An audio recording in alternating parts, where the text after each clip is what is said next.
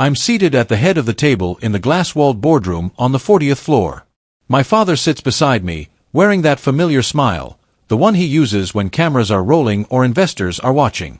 The entire executive board is here, 12 faces I've known since childhood, people who watched me grow up in this company. I'm expecting a promotion today. Maybe executive vice president. Maybe even a path to CEO. Instead, my father clears his throat and announces that I'm being placed under investigation for financial misconduct. The room goes silent. My stomach drops like I've been pushed off a building. I look at him, searching his face for some sign this is a joke. But his eyes are cold, empty. Then I notice the stack of documents in front of him, bank statements, wire transfers, emails with my name on them. Every single detail, every piece of so-called evidence, came from him. My own father. I trusted him with my life. And he handed me a knife, and made me hold the blade. Before we continue, I would like to know where you're watching from in the comment section. Also hit the subscribe button and share this video, as this will help this video to travel far so others can learn also. My name is Tyler Reeves. I'm 28 years old, and up until 3 hours ago, I thought I knew exactly who I was. I was the loyal son. The one who never questioned, never complained, never stepped out of line. I got straight A's all through high school because Dad said grades mattered. I went to Harvard for my MBA because Dad said it was the only school worth attending. I worked 80-hour weeks at Reeves Industries because Dad said that's what leaders do. I gave up friendships, relationships, hobbies, everything, to be the son he wanted. The heir he was grooming. I didn't party in college. I didn't travel after graduation. I didn't take a single day off in 5 years. I poured every ounce of myself into this company, into making him proud. And now, sitting in my car in the parking garage, hands shaking on the steering wheel, I'm starting to realize something horrible. My father never planned for me to win. He only needed me to believe I could. That evening, he takes me to the country club for dinner like nothing happened. The same place we've been going since I was 12. He orders his usual, steak, medium rare, with a bottle of the expensive red wine he loves to show off. He toasts to family and resilience. He jokes with the waiter. He even pats me on the back when I sit down, his hand lingering on my shoulder like he owns my silence. People at nearby tables wave at him, and he waves back, flashing that perfect smile. I can barely eat. My throat feels tight, my chest heavy. I keep replaying the boardroom scene in my head, the way everyone avoided my eyes, the way the CFO shuffled papers like he couldn't bear to look at me.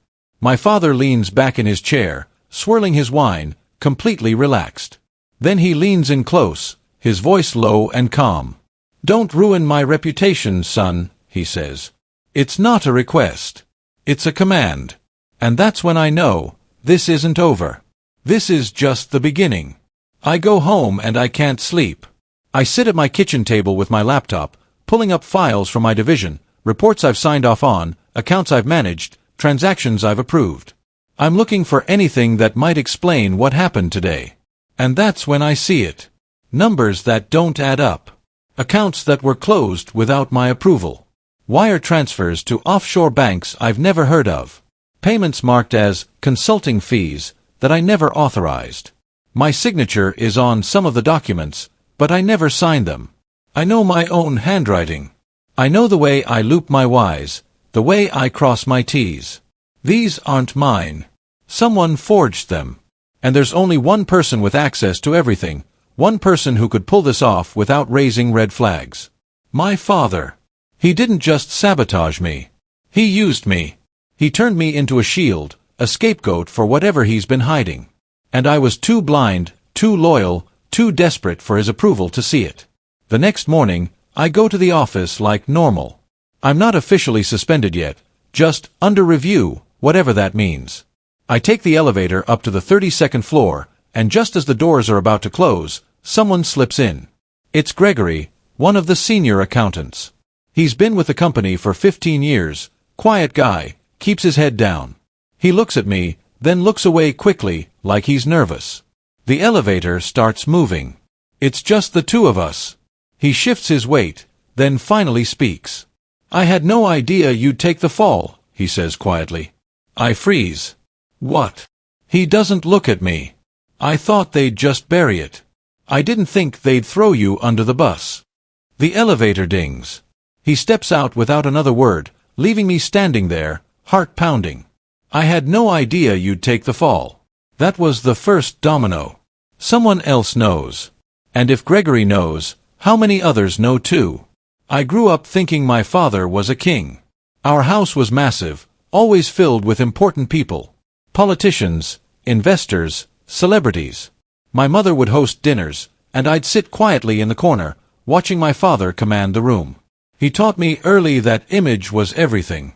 People don't respect weakness, Tyler, he'd say. They respect power. He trained me to be his image, not his heir. I was supposed to look like him, talk like him, think like him. But I was never supposed to surpass him. I remember when I was 16, my Uncle Paul asked too many questions about a merger. He wanted to see the books, wanted to understand where the money was going. My father cut him out of the company entirely, didn't even let him say goodbye to his staff. At the family reunion that summer, Paul wasn't invited. When I asked why, my father just said, "Loyalty is everything." Your uncle forgot that. I didn't understand it then. But now I do. My father's legacy wasn't built on success. It was built on silence. I make a decision. I step back from everything public. I stop going to investor meetings. I skip the charity galas. I even miss a board luncheon, claiming I'm dealing with personal matters. Let them think I'm broken. Let them think I'm hiding in shame, licking my wounds like a beaten dog. But the truth is, I'm watching. I'm listening. I'm learning who's loyal, who's scared, and who's just waiting to see which way the wind blows. My father calls me once, asking why I'm not showing my face. People are talking, Tyler, he says. You need to act like a man. I tell him I need time. He doesn't push. He thinks he's won. He thinks I'm done. But I'm not done. I'm just getting started. And the first rule of war is to let your enemy think you've already lost. Because that's when they get careless. That's when they make mistakes. Late one Thursday night, I go back to the office. The building is nearly empty, just a few security guards and cleaning staff. I take the elevator to the executive floor and walk down the hall to my father's office. I've been here 1,000 times, but tonight it feels different. Colder.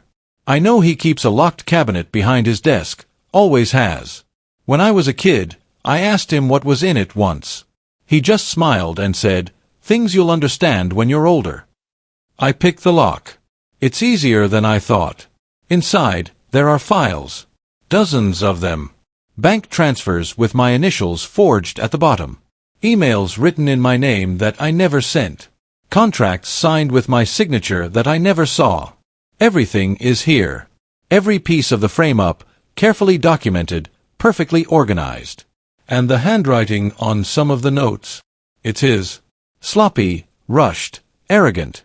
He made one mistake. He thought I wouldn't look. I don't take the files. Not yet. Instead, I photograph every single page with my phone, making sure the lighting is clear, the text readable. It takes me 2 hours. By the time I'm done, my phone storage is nearly full. I lock the cabinet again and leave the office exactly as I found it. The next day, I reach out to an intern named Jason. He's a kid from NYU, sharp, hungry, and desperate to prove himself. I tell him I need help with a special project, tracking fund movements through the company's accounts. I don't tell him why. He doesn't ask. Over the next 2 weeks, we trace millions of dollars moving through dummy shell companies, offshore accounts, holding corporations that exist only on paper. Someone's been siphoning money out of Reeves Industries for years. Tens of millions. Maybe more. And they're using my name to do it. Every transaction has my signature. Every transfer has my authorization. Except I never authorized any of it. Sunday morning, I go to my parents' house for brunch. It's a tradition. Every Sunday, my mom makes her famous Belgian waffles and we sit on the patio overlooking the gardens. Except today, my mother barely looks at me. Her hands tremble as she pours my coffee. She won't meet my eyes. My father isn't here. He's at the club playing golf, or so he says. It's just me and her. I ask her if she's okay. She nods, but her smile is strained, forced. I push my plate away and lean forward. Mom, do you know what's happening? She freezes. For a long moment, she doesn't say anything. Then, quietly, almost a whisper, she says, "He told me you'd understand one day." My heart stops. Understand what? She looks at me, and I see tears in her eyes. That this is bigger than you. Bigger than all of us.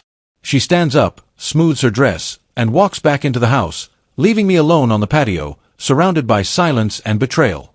2 days later, I'm at my apartment when I remember something. Last month, my father left his golf clubs in my garage after we played a round together. He never came back for them.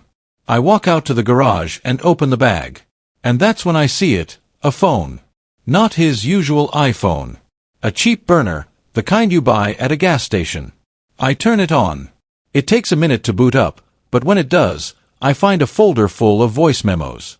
I press play on the first one. It's my father's voice. He's talking to someone, coaching them on how to adjust financial reports, how to reroute payments, how to frame me for discrepancies if anyone starts asking questions.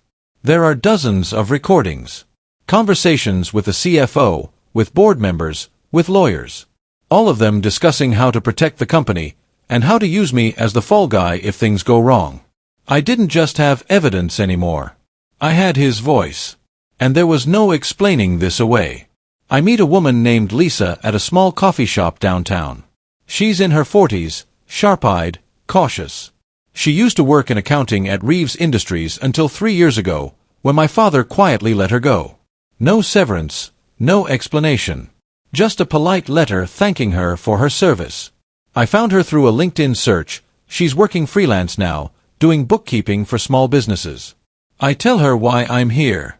I tell her I think my father framed me, and I think she knows why. She's quiet for a long time, stirring her coffee, staring out the window. Then she speaks. I asked about a transfer that didn't make sense. $12 million to a shell company in the Caymans. Your father told me to let it go. I didn't. 2 weeks later, I was fired. She looks at me. If you're going after him, I'll testify. But only if you promise to bring the whole thing down. Not just him. The whole company. I nod. We have an alliance. It's my aunt's birthday party. The whole family is there. Cousins, uncles, distant relatives I haven't seen in years. My father is in his element, holding court in the living room, telling stories, making people laugh. I stay in the kitchen, helping my mom with dishes, trying to avoid him. But eventually, he finds me. He corners me downstairs in the wine cellar, where no one can hear us. You've been quiet lately, he says, pouring himself a glass of Merlot. People are noticing. I don't respond. He takes a sip, watching me over the rim of his glass. You're lucky to be my son, Tyler. Most men would kill to have your life. His hand tightens on the glass, just slightly, but I see it. It's his tell, the thing he does when he's nervous. I've seen it 100 times at poker games, at board meetings, at family dinners when someone asks the wrong question. And I realize something in that moment. He's scared. He's actually scared of me. I call the CFO, Richard, and ask to meet him privately. Not at the office, at a bar across town, somewhere neutral. He agrees, probably out of curiosity. We sit in a booth in the back, and I lay it all out. The forged signatures. The dummy accounts. The voice memos. I don't accuse him directly. I just show him the evidence and let him draw his own conclusions. His face goes pale. He takes a long drink of his whiskey, then sets the glass down carefully.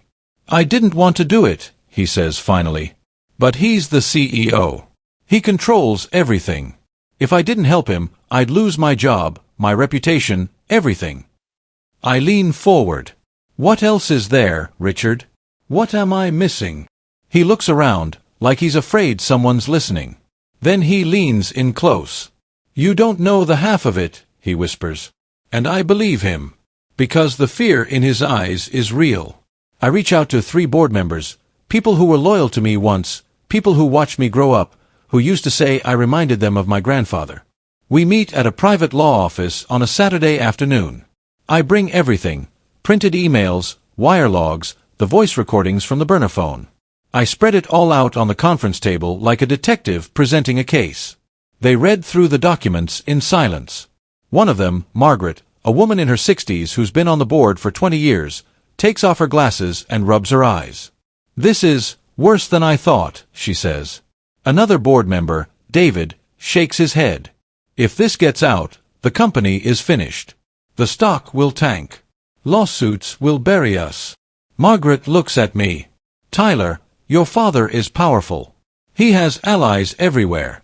If we move against him and fail, he'll crush us all." I meet her eyes. "Then I'll need more than this." She nods slowly. "Yes, you will." A week later, I get a call from a lawyer I've never met. His name is Mr. Pemberton, and he tells me he represented my grandmother before she passed away 5 years ago. He says he has something I need to see. We meet at his office, a small place in an older part of the city. He pulls out a file and slides it across the desk. It's my grandmother's will, the original one, dated 2 months before she died. I read through it. She left her estate to be split evenly among her 3 children: my father, my Uncle Paul, and my Aunt Diane. But that's not what happened. When she died, my father told us she'd left everything to him because he was the most responsible. Mr. Pemberton taps the document. "This is the real will. What your father filed was a forgery. He rewrote it, forged her signature, and cut his siblings out entirely." I stare at the paper, my hands shaking. This wasn't just about the company. This was about everything. And now I had something bigger than money. I had motive. I reach out to my Uncle Paul, the one my father cut out all those years ago. We meet at a diner on the outskirts of town. He's older now, grayer, but his eyes are sharp. I tell him everything. About the frame-up, the embezzlement, the forged will. He listens without interrupting. When I finish, he's quiet for a long time. Then he reaches into his bag and pulls out a folder. "I kept these," he says, "from when I still worked at the company. Financial records, memos, emails. Your father tried to destroy them, but I made copies." He slides the folder across the table. "He took everything from me, Tyler.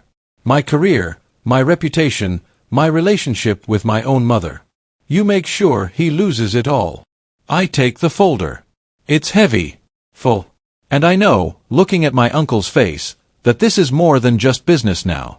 This is personal. This is justice. I have a friend from Harvard, someone I studied with, who now works at the IRS. I call her and explain the situation. Not all of it, just enough. I tell her I found evidence of financial irregularities at a major corporation, and I think there's been tax fraud. She tells me to submit an anonymous tip through the IRS whistleblower program. I do. Within 2 weeks, an audit is initiated. My father doesn't know I'm behind it. He thinks it's routine, just bad luck. But the auditors are thorough. They trace the dummy shell companies back to the source. They find the offshore accounts. They find the wire transfers. And eventually, they find the one account where everything funnels through. An account opened 15 years ago in the Caymans. An account with my father's name on it. And it's about to get very public. The IRS doesn't leak. But shareholders talk. And once they start asking questions, the dominoes start to fall. I write a shareholder letter. It's anonymous, sent from an encrypted email, but it's detailed. I outline the financial irregularities, the dummy companies, the offshore accounts. I don't mention my father by name. I don't have to. Anyone who reads it will know. I send it to every major shareholder, every board member, every financial journalist I can find. Within 48 hours, it's everywhere. The company's stock drops 6% in one day. My father calls me for the first time in weeks. His voice is tight, controlled, but I can hear the panic underneath. "What the hell have you done?" he asks. I'm standing in my apartment, looking out at the city, and I feel calm for the first time in months. "I just cleaned the mirror, Dad," I say. Then I hang up. And I don't answer when he calls back. The board calls an emergency meeting. It's closed door, confidential, but I know what's happening because Margaret calls me beforehand. She tells me that 3 board members are pushing for my father's resignation. Others are defending him, saying the letter is just a smear campaign. But here's the thing, I've been buying proxy votes. Small shareholders, people my father ignored, people who feel like the company's lost its way. I've been quietly reaching out, explaining the situation, asking for their support. And now, I hold enough votes to call for a public investigation. The board doesn't know that yet. But they're about to. The meeting lasts 4 hours. When it's over, Margaret texts me, "It's done. Investigation approved." And I know, sitting in my apartment, that my father just realized something. He's not the one in control anymore. I am. 2 days later, a journalist breaks the story. It's a major business network, prime time. The headline reads, "CEO of Reeves Industries accused of fraud by his own son." I watch it from my apartment. They show photos of my father, clips from old interviews, shots of the company's headquarters. They interview former employees, financial analysts, even a lawyer who specializes in corporate fraud. My father holds a press conference the next day. He's wearing his best suit, standing in front of the company logo, but I can see it. His hand trembles slightly as he adjusts the microphone. He denies everything, calls the allegations baseless, says he's the victim of a coordinated attack by people who want to see him fail. But no one's buying it. The journalists ask hard questions. The board is silent. The stock drops another 12%. He warned me not to ruin his reputation. But I didn't. He did it all by himself. My father tries to resign quietly. He wants to walk away with his golden parachute intact, his severance, his pension, his stock options, everything. But the board blocks it. Margaret and the others vote to freeze his assets pending the investigation. No severance. No payout. Just a letter thanking him for his years of service. Lawsuits start piling up. Shareholders sue for fraud. Former employees sue for wrongful termination. The IRS freezes his offshore accounts. Everything he built, everything he protected, it's all crumbling. I run into him once, in the lobby of the building. He's leaving with a box of his personal items. He looks older somehow, smaller. He sees me and stops. We don't say anything. We just look at each other. And I realize something. He spent his whole life climbing a mountain made of glass. And now he's barefoot at the top. And there's nowhere to go but down. We meet one last time. Neutral ground, a park bench downtown. No lawyers, no cameras, just the two of us. He looks tired. Worn. "You were supposed to be my legacy," he says quietly. I look at him, and I don't feel anger anymore. Just emptiness. "I am your legacy," I say. "Just not the one you planned." He shakes his head. "You don't understand what you've done. You've destroyed everything I built." I stand up. "No, Dad. I destroyed what you stole. What you built on lies. That's not the same thing." He doesn't respond. I walk away, and I don't look back. Because I don't need his approval anymore. I don't need his validation. I don't need him. And that, more than anything, is what finally sets me free. 6 months later, I start my own firm. It's small, just me and a few trusted people. Jason, the intern who helped me trace the funds. Lisa, the accountant my father fired. Margaret, who left the board to join me. We rent an office in the same building where Reeves Industries used to be. 1 floor above my father's old office. I stand at the window, looking down at the empty parking lot where his reserved spot used to be. It's strange. I spent my whole life trying to fill his shoes. And now I'm standing above them. I didn't just survive him. I outgrew him. And every day I build something new. Something honest. Something mine. And it feels like the first real breath I've taken in years. People ask me if I regret it. If I wish I'd stayed silent, kept the peace, protected the family name. The answer is no. Because I learned something through all of this. Forgiveness doesn't mean silence. Love doesn't mean loyalty. And family doesn't mean obedience. My father built an empire. But I built a life. A life where I don't have to look over my shoulder. Where I don't have to lie. Where I don't have to be anyone but myself. I see my mother sometimes. We have coffee. She's quieter now, but I think she's relieved. Like a weight's been lifted. My uncle calls me every few weeks. We talk about business, about life, about second chances. And me. I wake up every morning knowing I did the right thing. Not the easy thing, but the right thing. And that's worth more than any empire my father could have ever built.